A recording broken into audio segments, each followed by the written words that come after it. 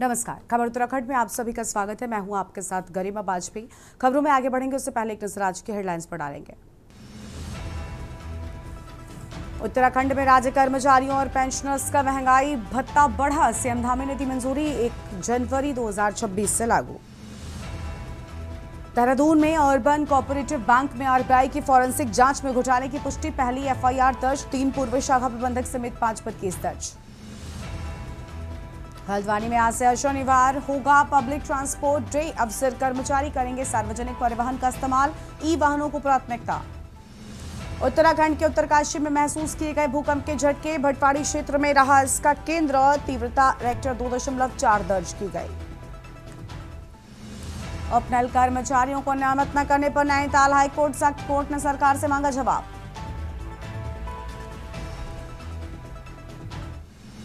चार धाम यात्रियों को गर्मी से मिलेगी राहत। पर्वतीय जिलों में हल्की बारिश की संभावना। दून समेत कई जिलों में मौसम विभाग की चेतावनी। आप देख रहे हैं के न्यूज़, खबरों का सारथी। रुक करेंगे खबरों की ओर। रुद्रपुर में लगातार बढ़ रही चोरी की घटनाओं ने व्यापारियों और आम लोगों की चिंता को बढ़ा दिया है। मेन मार्केट के 4 बड़े कपड़े शोरूम में एक ही रात में हुई चोरी की वारदात के बाद पुलिस प्रशासन पूरी तरह से अलर्ट मोड में आ गया। मामले की गंभीरता को देखते हुए एसएसपी ऊधम सिंह नगर ने खुद शहर की कमान संभालते हुए पुलिस बल के साथ फ्लैग मार्च निकाला। फ्लैग मार्च के दौरान शहर के प्रमुख बाजारों, व्यस्त इलाकों और संवेदनशील क्षेत्रों में भारी पुलिस बल तैनात किया गया। पुलिस अधिकारियों ने व्यापारियों से मुलाकात कर सुरक्षा व्यवस्था मजबूत करने का भरोसा दिलाया है। तो वहीं लगातार हो रही चोरियों से व्यापार मंडल में भारी नाराजगी देखने को मिल रही है।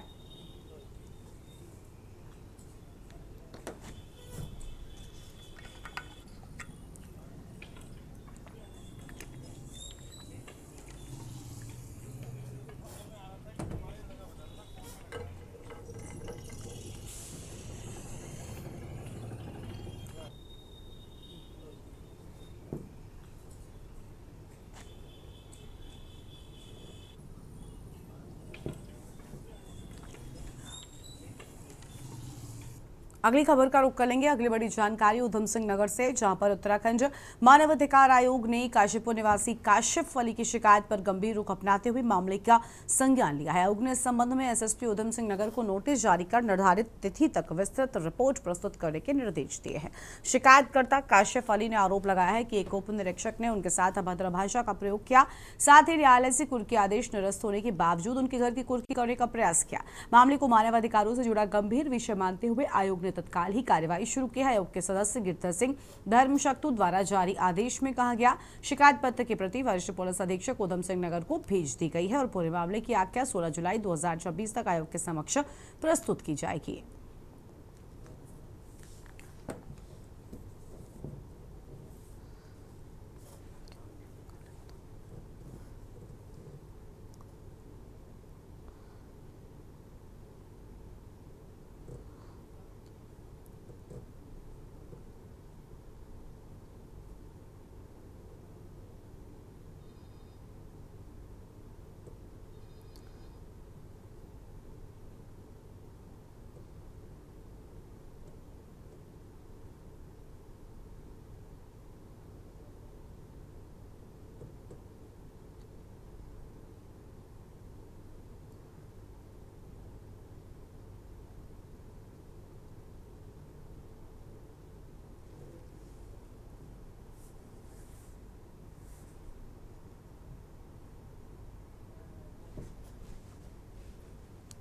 अगली खबर देहरादून से है, जहां पर राजधानी के बन्नू स्कूल में आयोजित अंतर्राष्ट्रीय शॉपिंग फेस्टिवल के तहत थाईलैंड शॉपिंग फेस्ट का भव्य शुभारंभ किया गया। कार्यक्रम का उद्घाटन सौरभ थपलियाल सहित अन्य गणमान्य अतिथियों ने दीप प्रज्वलित कर किया है। फेस्टिवल के पहले दिन बड़ी संख्या में लोग विदेशी उत्पादों और विभिन्न देशों की संस्कृति की झलक देखने पहुंचे। मेले में कई देशों के आकर्षक स्टॉल्स लगाए गए। यहाँ विदेशी ज्वेलरी, सजावटी सामान, मलेशियन एंटी टार्निश ज्वेलरी और मशहूर दुबई चॉकलेट लोगों को खासा आकर्षित कर रही है। खरीदारी के साथ साथ लोगों को अलग अलग देशों की कला संस्कृति के करीब से जानने का मौका भी मिला है। आयोजन स्थल पर लोगों के बैठने, घूमने और खरीदारी के लिए विशेष व्यवस्थाएं की गई, जिससे परिवार और युवाओं में खासा उत्साह देखने को मिला है।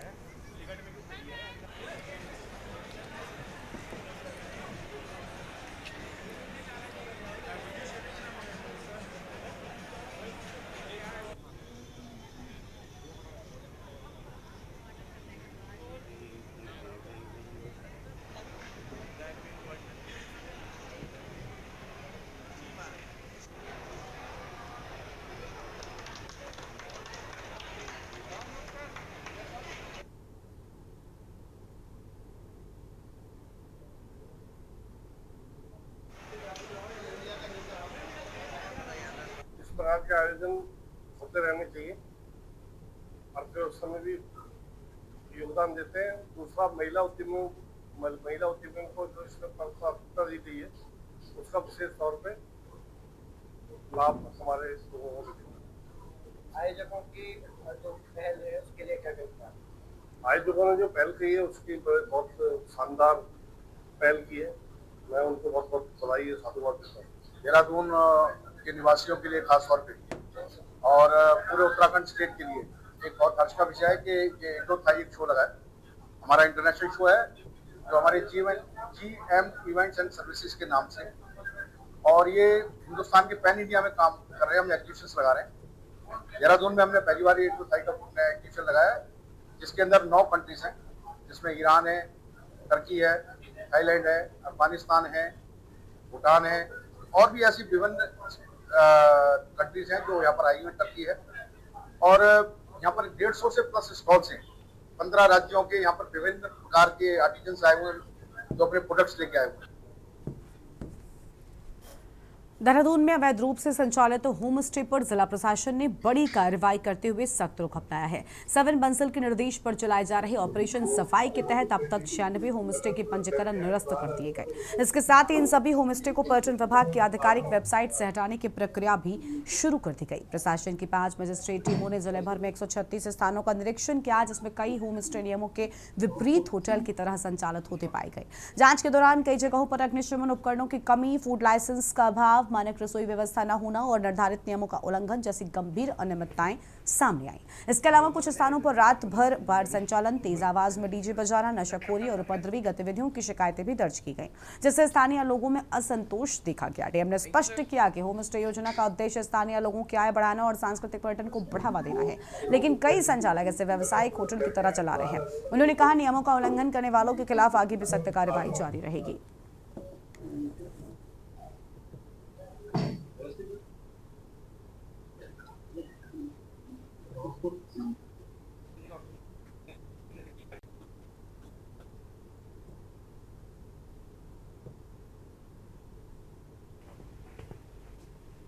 बोलना मैंने एसएसपी साहब को देखी गाड़ी।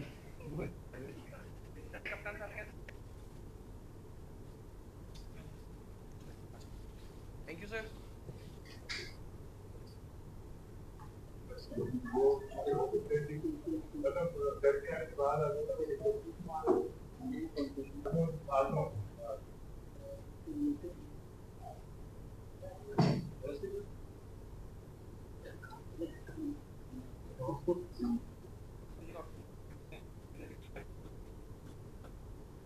होम स्टेज निरस्त किए गए हैं। इनको टूरिज़्म वेबसाइट से और जो हमारी प्राइवेट टूर ऑपरेटर्स की वेबसाइट है वहाँ से भी निरस्त किया जा रहा है और इनके जो सर्टिफिकेट्स हैं, जो पंजीकरण हैं, वो सीज़ किए जा रहे हैं। ये प्रक्रिया कंटिन्यू रहेगी। हमारे टोटल होम स्टेज इस क्षेत्र में काफ़ी हैं, शहरी क्षेत्र में और हमारे सब सिटी एरियाज़ में। तो इन्हीं होम स्टे से ये सभी गतिविधियां की इनपुट्स प्राप्त हो रहे हैं और आगे आने वाले समय में ये नंबर बढ़ेगा।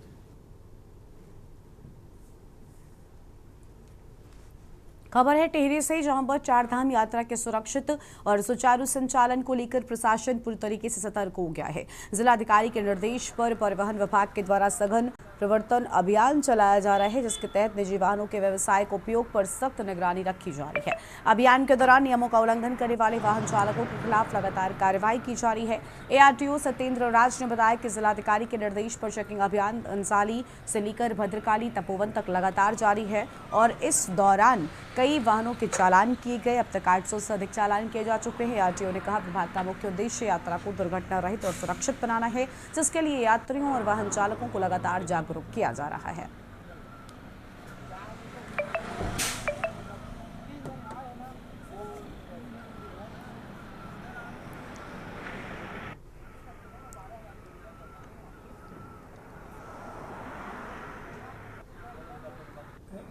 परिवहन विभाग हमेशा ये अपील करता है कि कृपया निजी वाहनों का व्यावसायिक प्रयोग न करें। और चंपा टिहरी में जिलाधिकारी महोदय के निर्देशन में सभी रूटों पर चेकिंग की जा रही है। इसमें घनसाली तिरुवाला मार्ग के हमारा 3 सेक्टर है, NH 34 पर 100 द्वारा चेकिंग की जा रही है। और बरकानी कपूर 2 चेक पोस्टों ऑलरेडी यहाँ पे कार्य कर रहे हैं और लगभग हमारे द्वारा भी 437 चालान इस गाड़ी से कर रहे हैं और 437 वाहन चालान इंटरसेप्टर वाहन से कर रहे हैं। अब आगे किस प्रकार से आप जो बाहर से हमारा निरंतर प्रयास ये रहे कि दुर्घटना रहित चारधाम यात्रा हो, इसके लिए यात्रियों को जागरूक भी किया जा रहा है और साथ में अगर किसी दस्तावेज पूरे नहीं है वो नहीं। खबर है देहरादून से, जहां पर उत्तराखंड वक्फ बोर्ड ने राज्य के 117 मदरसों से बाहरी राज्यों से आने वाले बच्चों के प्रवेश पर फिलहाल रोक लगा दी है। बोर्ड का कहना है कि उसकी पहली प्राथमिकता उत्तराखंड के बच्चों को बेहतर और व्यवस्थित शिक्षा उपलब्ध कराना है। वक्फ बोर्ड अध्यक्ष शादाब शम्स ने बताया कि अब मदरसों में बाहर से कुरान का दर्स लेने वाले बच्चों को पहले सुबह 8 बजे से दोपहर 1 बजे तक उत्तराखंड शिक्षा प्राधिकरण का पाठ्यक्रम पढ़ाना अनिवार्य होगा। इसके बाद ही उन्हें कुरान की तालीम दी जाएगी। उन्होंने कहा, धार्मिक शिक्षा और नियमित पाठ्यक्रम को एक साथ प्रभावी तरीके से संचालित करना आसान नहीं है।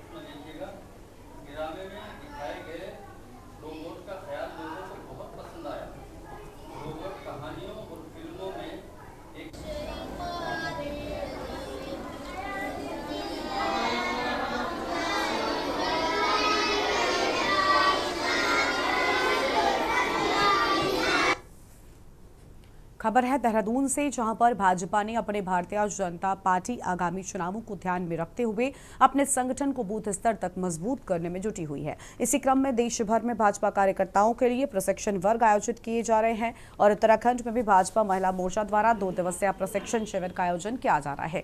भाजपा महिला मोर्चा की प्रदेश अध्यक्ष रुचि भट्ट ने बताया कि पार्टी हमेशा से ही चुनावी मोड में काम करती है। कार्यकर्ताओं को समय के अनुसार प्रशिक्षित किया जा रहा है। उन्होंने कहा, प्रशिक्षण वर्ग का सिलेबस राष्ट्रीय स्तर पर एक समान रहता है, लेकिन उत्तराखंड में चुनावी वर्ष को देखते हुए कुछ अतिरिक्त विषय भी शामिल किए गए हैं। रुचि भट्ट ने बताया कि 2 दिवसीय प्रशिक्षण में संगठनात्मक मजबूती, कार्यकर्ताओं के साथ बैठक, सांस्कृतिक कार्यक्रम और विभिन्न समसामयिक मुद्दों पर चर्चा की जाती है। उन्होंने कहा कि पहले प्रशिक्षणों में आईटी और मीडिया की भूमिका सीमित थी, लेकिन बदलते में अब मीडिया और आईटी को बूथ स्तर तक पहुंचाने पर विशेष जोर दिया जा रहा है, समय के साथ कदम से कदम मिलाकर चल सके।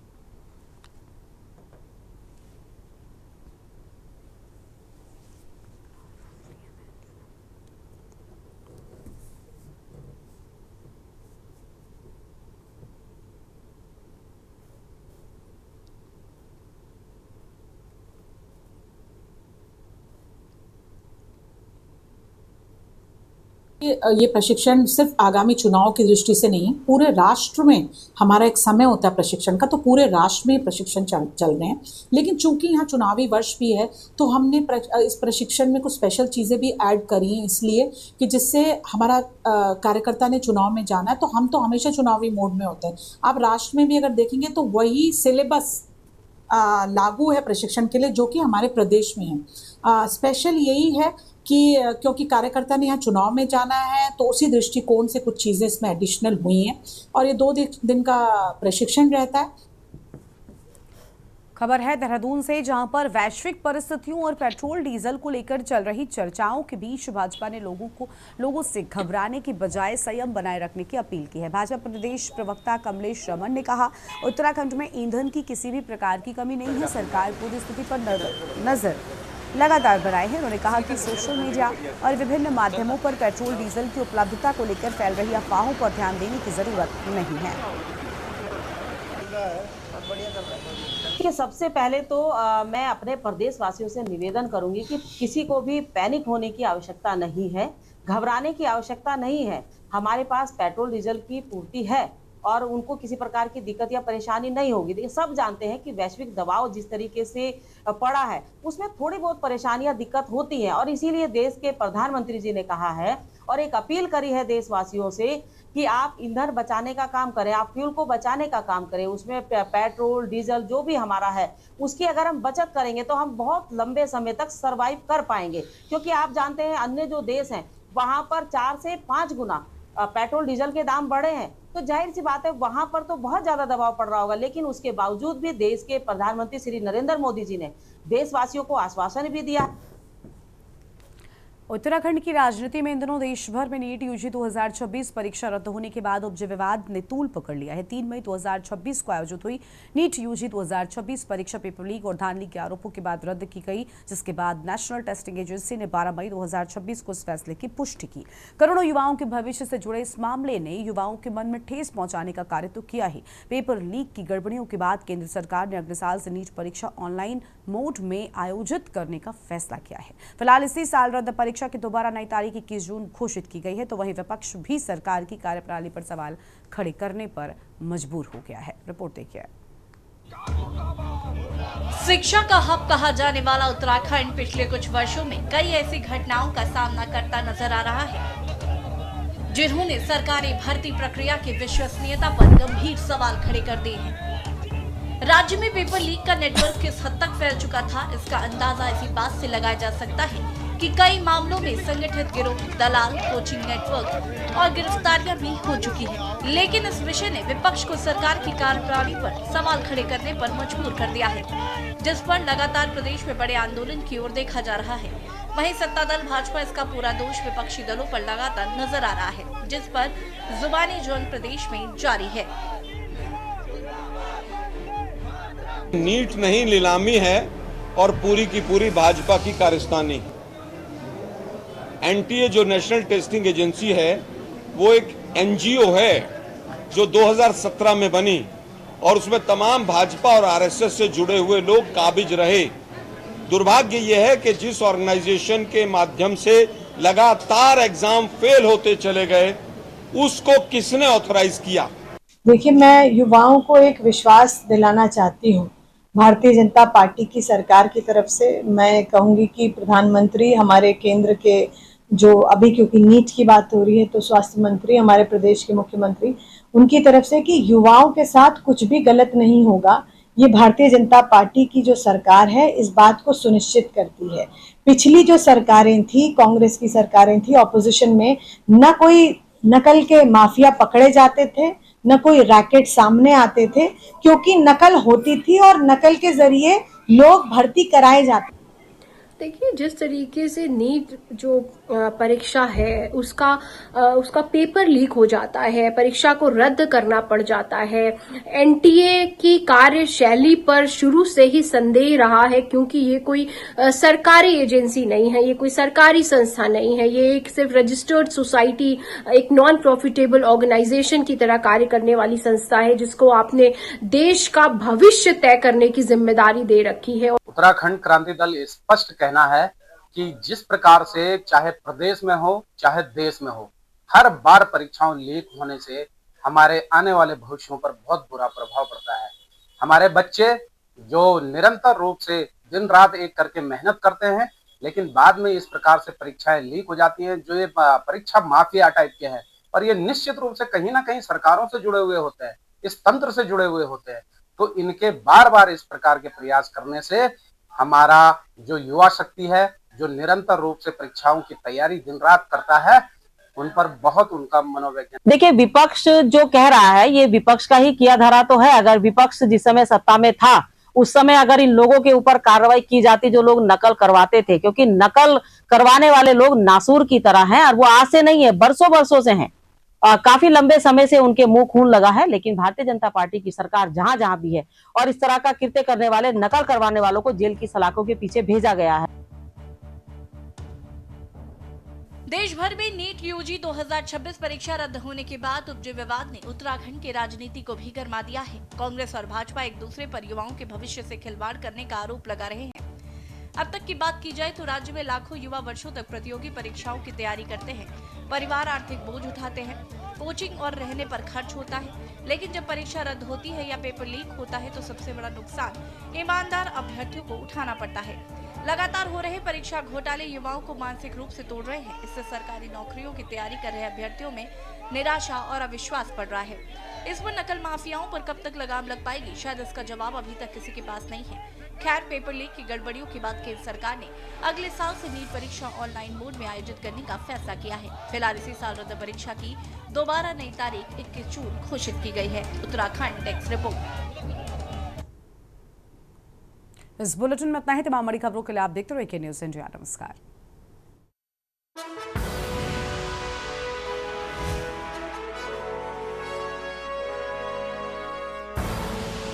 आप देख रहे हैं के न्यूज, खबरों का सार।